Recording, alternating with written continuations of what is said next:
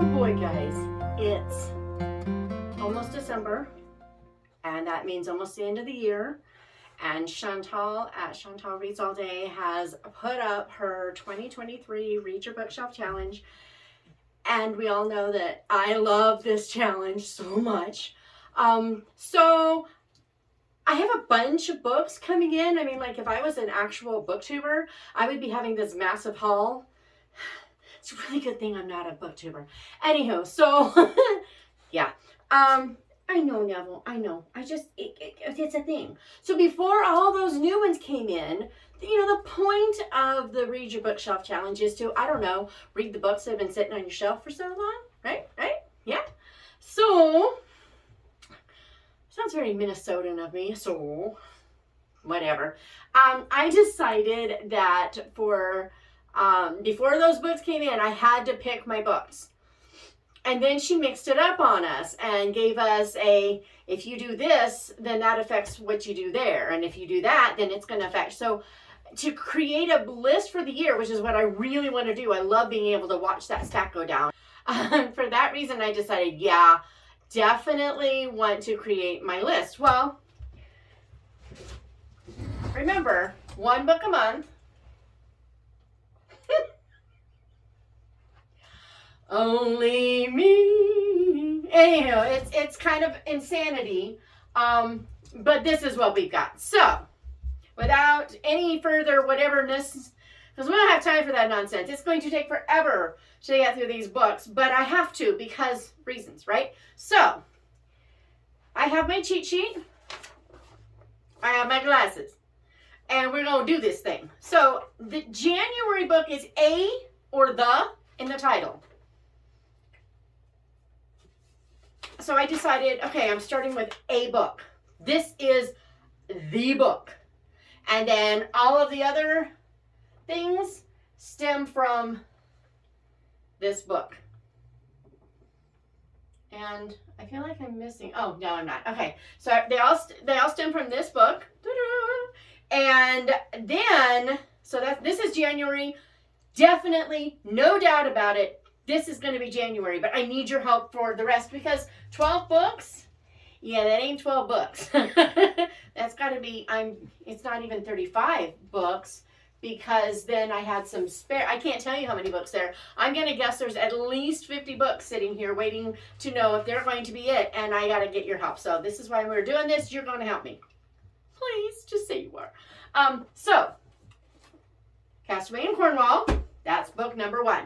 Then, so what she did is she took us to the Canva color picker, and I'll try to remember to leave that link that she gave us in the description.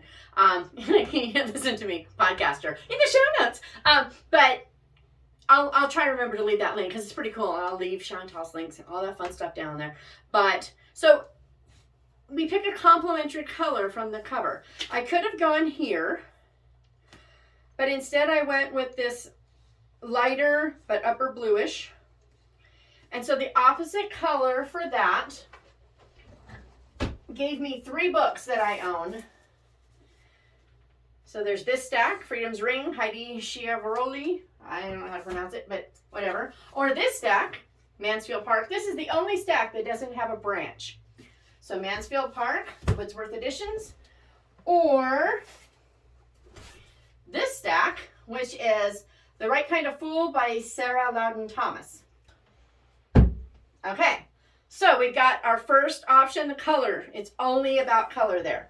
Then she says for February, oh, we already did February. So for March, the title starts with the next letter in the alphabet. So for that one, F, we got to go with G. So I came up with Greetings from Witness Protection. It's a middle grade story. Nightfall, Nancy Mel, she is suspense, she is fun. I love the Kaylee Quinn series. Mind Games was phenomenal in so many ways. We don't have time to talk about it. So there's Nightfall because M-N. And then for this pile, this is where things are going to get harrowing. I was trying not to use the word harrow here because I thought I was making a play on words, and I should have stuck with the word. So, okay. Under the Harrow by Mark Dunn. I believe he is the guy who wrote LMNOP. Yes. So that was a brilliant book. If we have T, the whatever, I don't remember the title of that book anymore. I'm not picking it up again. But that started with the, so T-U. I thought this was the only U I had. And I almost scrapped that whole thing because I couldn't find a U. And on my way out the door, I saw this. But then on the way out the door, a couple of minutes/hours later, while I was doing all of this, I saw another one. Until the Mountains Fall. It's part of the Cities of Refuge. So now I have 2 U books to go under Sarah. So Until the Mountains Fall, that's T-U, all right? So we got 2 there. I'm doing it like that. So, all right. We're only on March. So April has to be a different genre. That makes it easy. Totally easy. So for the first one, this was middle grade. I have Emma and the Reasons. I don't know why I haven't read this book yet. I have been waiting to read this book. I was so excited about this book, and then I still haven't read it.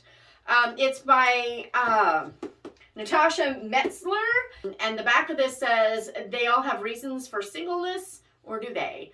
And Emma and her 2 roommates have one major thing in common, other than being in their early 30s. They all have reasons for their singleness. Together they live in quiet harmony, but unbeknownst to them, their married friends are plotting their demise. So I'm guessing we're talking romance here. I'm just saying. So there's that one for different from middle grade. And this is April, right? Yeah, April. So, and then, so I'm counting books as unread if I have not read them and followed my reading on Goodreads. So I have read this before, but I don't remember parts of it. And so I wonder if I didn't like read it really fast so my daughter could read it. I feel like my daughter read it. So anyway, Eleni is a book that my dear friend Vicky gave me. She's Greek. This takes place in Greece. It's her favorite book. And so, like, I want to read this book. So, Eleni for different than Nightfall. And then, okay, wait a minute. No, these 2 over here. Okay, so then, different from whatever. I don't even know what Under the Harrow is, but I know it's not contemporary romance, which is what I think this is. If it's not contemporary romance, it's women's fiction. So, yeah, she's a romantic at heart. Matchmaking, everything gone wrong. So, yeah. So, before I called you mine, I thought I had read this, and I started looking through it. I have not read this. That goes for Under the Harrow as different. And then this other one is biblical fiction. This is Elle and the Heartmaker. I think this is just straight up contemporary romance. I just realized just now I bought this on eBay because I saw people reading about how great it is. I bought an ARC. They sold me an ARC. I am in possession of illegal contraband. Because guys, if you don't know it, you're not allowed to sell advanced reader copies. It's illegal. You can't do it. So I'm receiving stolen goods, the equivalent of it. But yeah, I've got it now. I'm going to read it, but I will definitely not be selling it. But I don't anyway, but that's not the point. But I will make sure my daughter knows that it can't be sold. But it sounded good, and it's not biblical fiction. We're going with that. Okay, had to get a drink. So after different genre comes, it has more pages. So I'm not going to tell you how many pages were in each one. It doesn't matter. All I can tell you is the ones that I'm putting on top of these stacks have more pages. That's what we're going with, because reasons. So for after Emma and the Reasons, I've been wanting to read the Brothers Karamazov forever. And so I bought this year after reading something on water. Walking on Water or something like that by Madeleine L'Engle.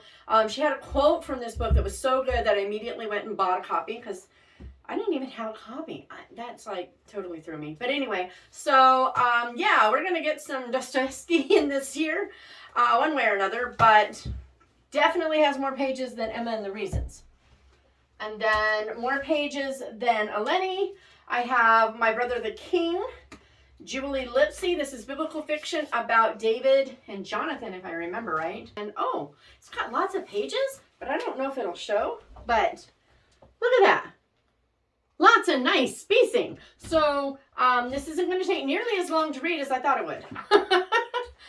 Oh well, I'm not complaining because it sounds like such a good book. So that'll be that. So then after Nicole Deese, more pages, Ezekiel's Song by Naomi Craig. This is going to get interesting because can you imagine how hard it would be to be Ezekiel's wife? I'm just saying. Here, I'm going to lay down forever and I'll roll over whenever God says I can. Oh, and by the way, I got to go preach to some bones next year. I mean, come on. So, yeah. Yeah, that goes with... I'm getting confused. Yeah, that goes with Nicole Deese. And then more pages than the Heart book. Did I even say what the name of that book was? Okay.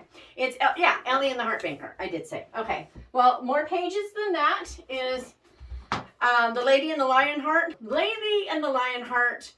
Dying to read this. So there's more pages in here than in that one. And if I remember right, it was like by a page or two. It's kind of weird. But anyway, there's that. So then we have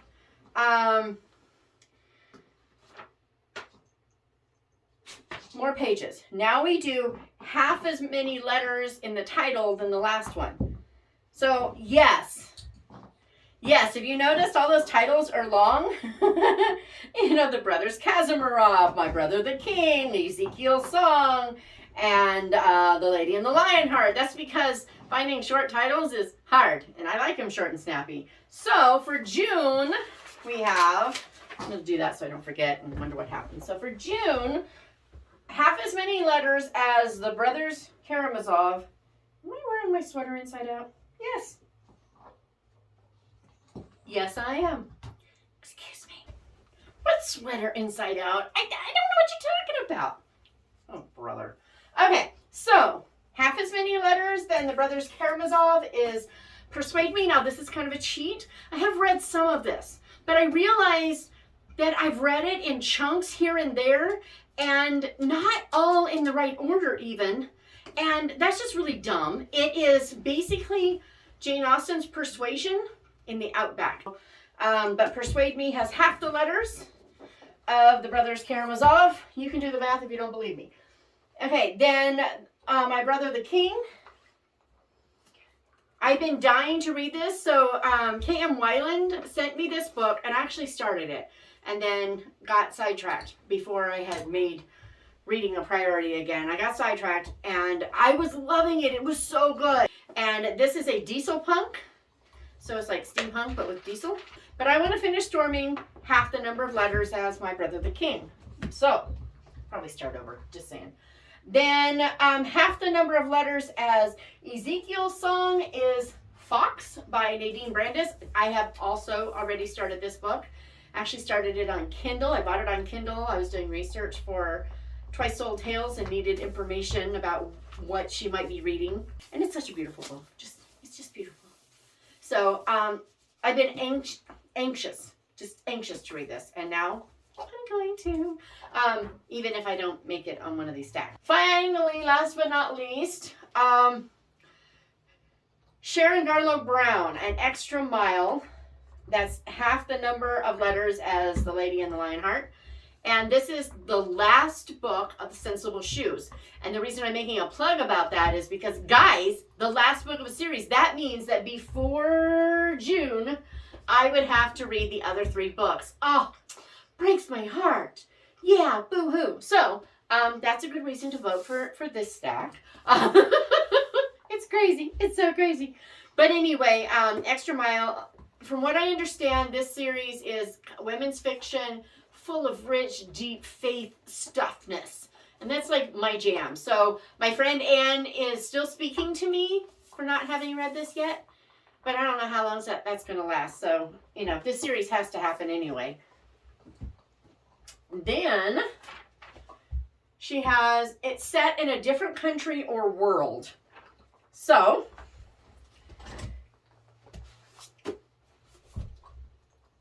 different from Australia is, different from here too, California. Madness in Wonderland by Tabitha Bouldin. It is the Beyond Wonderland series. She's got another one coming out this year. And I still haven't read this. I've read like, was it 3 chapters that I read? So I put that on here because definitely a different world than Ridgecrest or Australia. Next, different country or world from Storming, which is diesel punk, so it's fantasy. Joanna Davidson Politano. It's the only one of her books that I think it's the only one of hers I haven't read. The Lost Melody, and it just came out this year, so I'm not even that far behind it. But this has been on my shelf for a little while, so it still counts. Neener. There's that one, Different World from Storming, and then Fox. I was panicking because I'm like, but wait a minute, this takes place in England. But I don't live in England. So, The Stranger Diaries, it's the Ruth Galloway Mysteries is what this author has written before. I've never read anything by her. I don't know anything about her, but it does not take place in California or the United States, so it counts. And finally, what is that book down there? Sensible Shoes series. I don't know where it takes place, but I'm pretty sure it's not in ancient Rome. So this is a mystery that takes place in ancient Rome. I'm about halfway through it, and then I got sidetracked again. Gee, I'm sensing a theme here. Just saying. Yeah, ancient Rome. Just saying. A mystery in ancient Rome, that's funny. That's all we need to know. So then, now we have to do the same genre. That was quirky. So, Madness in Wonderland is fantasy, magical stuffness. This is The Little Shop of Found Things, which it's an antique shop haunted by a ghost, silver treasure with a troubled history, and an adventure in the past she'll never forget. So, yeah, it's still fantasy-ishness, and so I'm going with that. This is actually my friend's book, so if she wants it back before then, I'll have to buy it. Breaks my heart. Yeah. And then that one is historical fiction, so I still haven't read Jen Turano's To Right or Wrong. I mean, come on. There's a typewriter on the cover, and I haven't read this book. What is wrong with me? It's Jen Turano. The woman is hysterical. Yes, she writes romance. Yes, it's not my favorite thing in the world, but she's funny. And so there we go. And then, oh yeah, still got 2. Okay, so that one was a mystery. Actually, there's both mysteries, so I gotta make sure I get them in the right order. The last, I think it was the November book for 2022. I read as a kind of a cozy thing. I like rereading and I like mysteries, and so it was supposed to be warm and cozy and whatever feeling. Well, I read Rosemary for Remembrance by Audrey Stahlsmith. She's great. I love her. I know now. Are you seriously Oh, you're sniffing her dogs. Oh, I see. Okay. So I'm going to read the second book because I want to reread the whole series. So there's that. And then last, that's a mystery it's a historical mystery, basically. This is a historical mystery, A Lady's Guide to Mischief and Mayhem. I heard great things about it. I really hope I like it and that there's not a lot of stuff that I don't like in it. Pray for me. Same genre, this historical mystery and historical mystery. Would you guys like to go outside? You want to go outside? We can go outside. Okay. Okay, next is turn to page 50 on one of the words on page 50 of those books has to be one of the words in this title. I'm not showing you why I chose what. I'm just telling you the word. I don't even remember context anymore. If I remember, I'll tell you. But anyway, so it has to have a word from page 50 in the title. Huh. Pretty sure I remember that. Anyway, maybe I don't know what I'm talking about. That doesn't surprise anybody, does it? So, this is the last one that's going to split off. Word shop. This is the book with the antique shop. And I'm pretty sure the word shop was the one on the title. So, yeah, there's that. I better scooch these over just a bit because I'm going to split it off here in a minute. So The Dress Shop on Keene Street by Ashley Clark, 1946, so it's after World War II. Just saying. Okay, then we go over here on page 50, Hope. Hope was the word. Don't know what it was about hope, but there was something with the hope, and to write wrong, pretty sure she said, I hope you're not doing something. So anyway, I'm pretty sure it was a negative, I hope you're not. But anywho, Kim Vogel-Sawyer, if I remember correctly when I spoke to her on Because Fiction, she said that this book was inspired by, I think it was her grandmother. So basically her husband is a traveling salesman, and then Warren, her husband, and his wife, so the sheriff comes with these kids and says his wife, Warren, her husband, and his wife have died, leaving these children, and he just pawns off the children. So it's a little like Miss Julia by Anne Ross. But anyway, depression, kids that aren't yours, that are your husband's, who is clearly cheating on you. I gotta know what happened. So yeah, but apparently it's like her grandmother or great grandmother's story or something. So just saying. And then this one from the Marigold for Morning, Mitzi from Mitzi Reads and Writes had this on her shelf, and I was like, the chances of finding one just like that are slim, but I thought it was so cute. I love the cover, and it continues across the back, and then the spine is like the lamppost. It's so cute. But it's Diary of a Nobody, and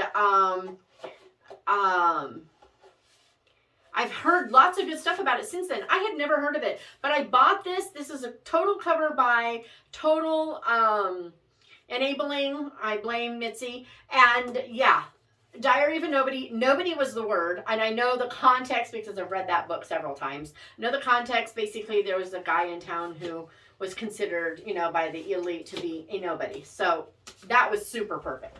And then finally in the Misfits and Mayhem, or whatever that is, Ladies' Guide to Mischief and Mayhem, Gentleman was the word. I can't believe I remembered all these words. Gentleman was the word, so I chose A Gentleman in Moscow. I've been being hounded to read this book. I don't know why I haven't read it yet. I heard nothing but great about it.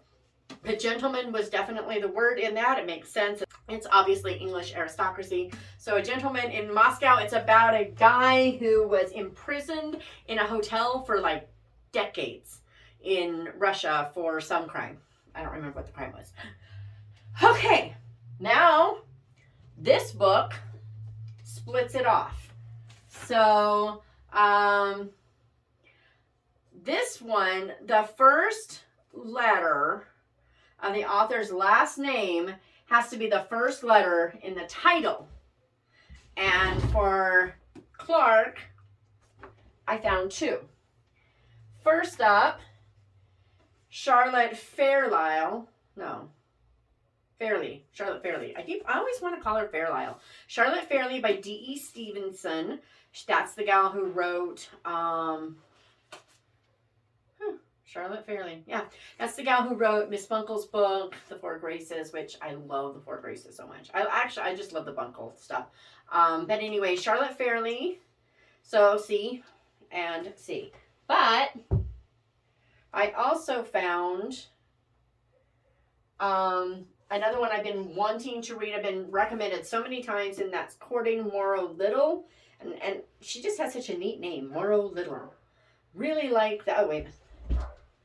No, I have to split them this way. Okay, so I got to pull it this way. Okay, so Courting Morrow Little. Yeah.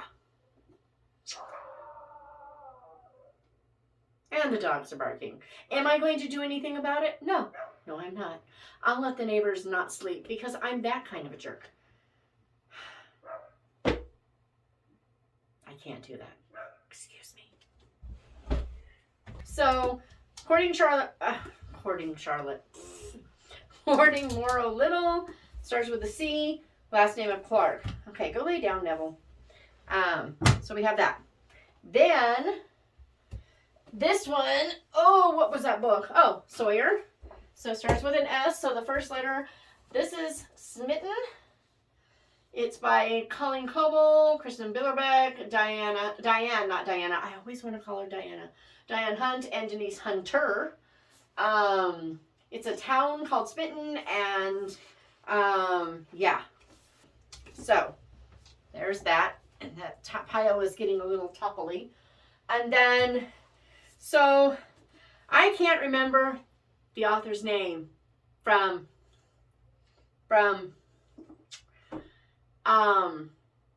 Diary of Nobody, but it started with a G, and I know that because I have The Girl from the Train by Irma Joubert, and I know it starts technically with the, but see how tiny that is? It's a really good thing because this literally, as far as I can see, is the only book I own where the title could be stretched to start with a G. So if you don't like that it's not right, well, this will just spin off. So anyway, The Girl from the Train goes on top of Diary of Nobody. Okay, and then this one is Tolls. I think it's his name, Tolls. So I chose, I think I'm missing a book. Uh-oh. I chose Termination Zone by, I think I'm missing a book. I'll have to figure that out. Adam Bloomer, and there's a book that comes before it, Kill Order, which I've been wanting to read, but this is the one I bought first, not realizing it was second. Yeah, see, 2, 2, 2, 2, 1. We'll figure that one out when we get there. Okay. Then a different time period from the last one. So I'm just going to put this up here now that I have room.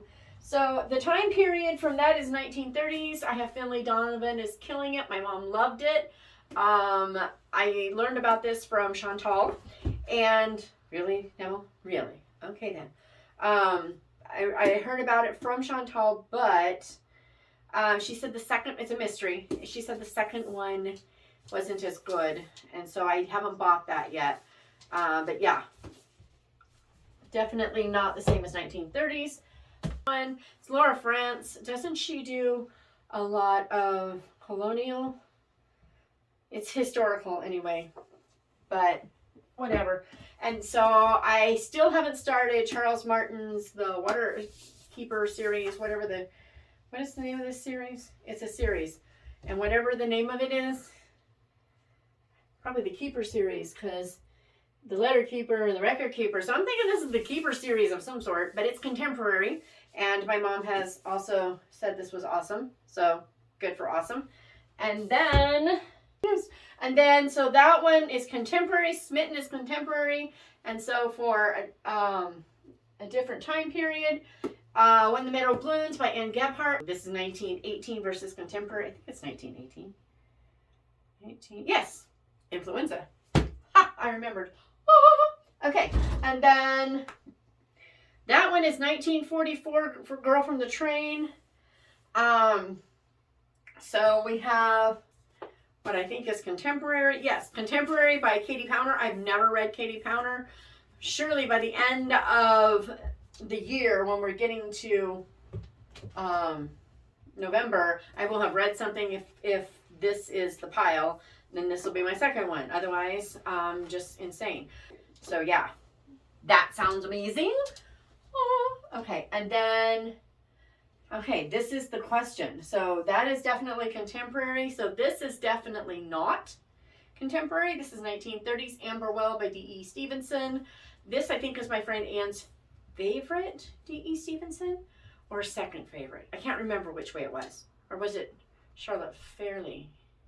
I want to say Fairlie. I don't know why. So anyway, but D.E. Stevenson, 1930s England, cozy village wonderfulness. Yeah, we gotta figure out what we're doing next. So last and definitely and not least, oh, I think I remember.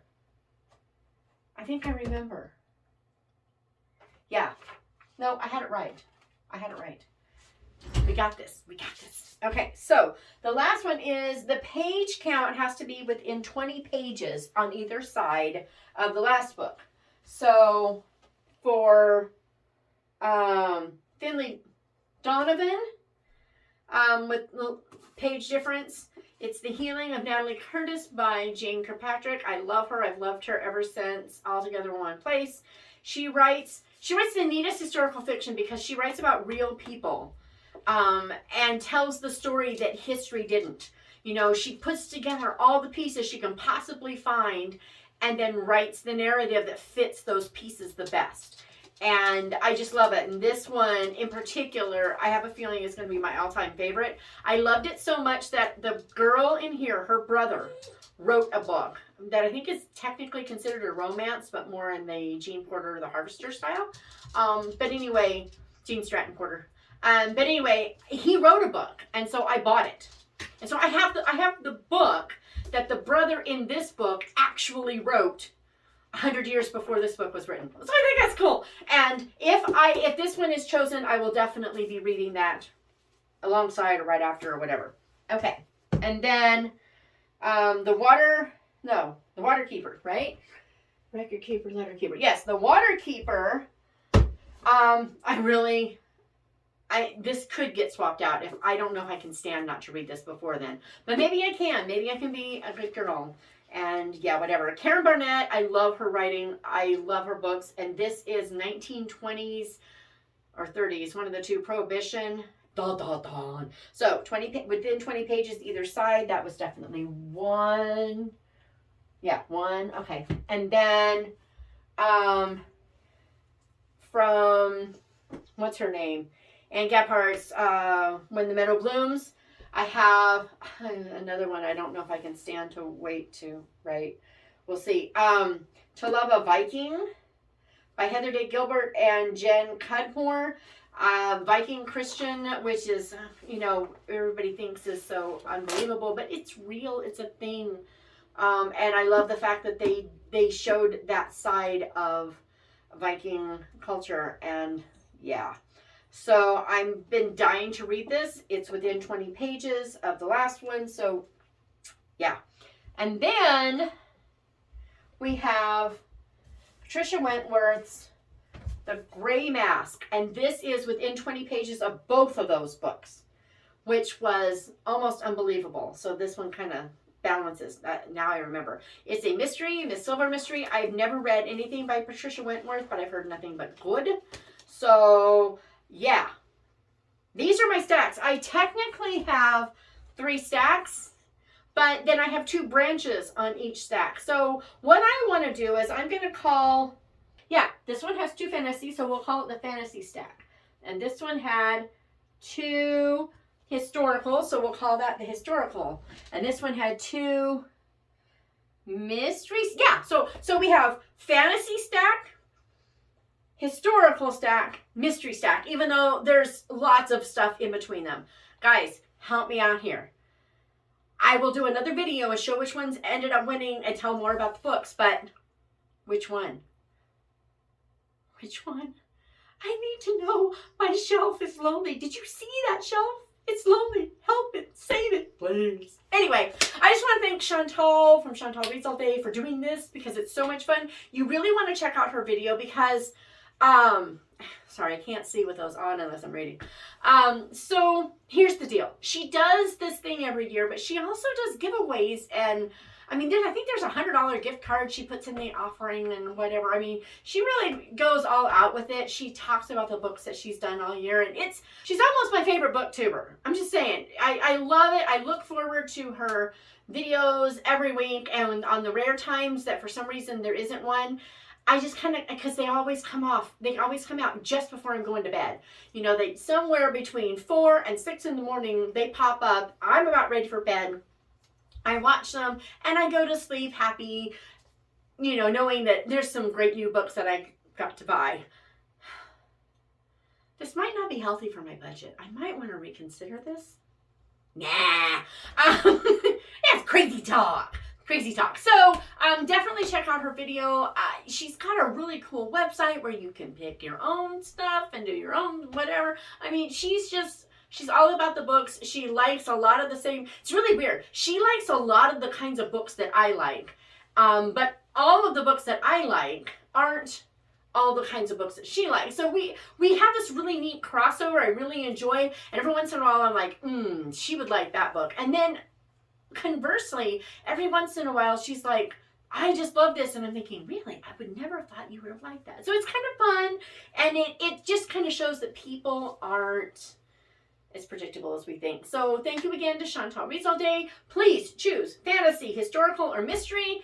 And the titles will all be there with the authors. I mean, that's a lot to type up. Yeah, it's going to be a long night. Meanwhile, have a good one. And, you know, I say it on my podcast. I'm not saying it here. Have a good day. Go read a good book. And let me know if you liked any of these.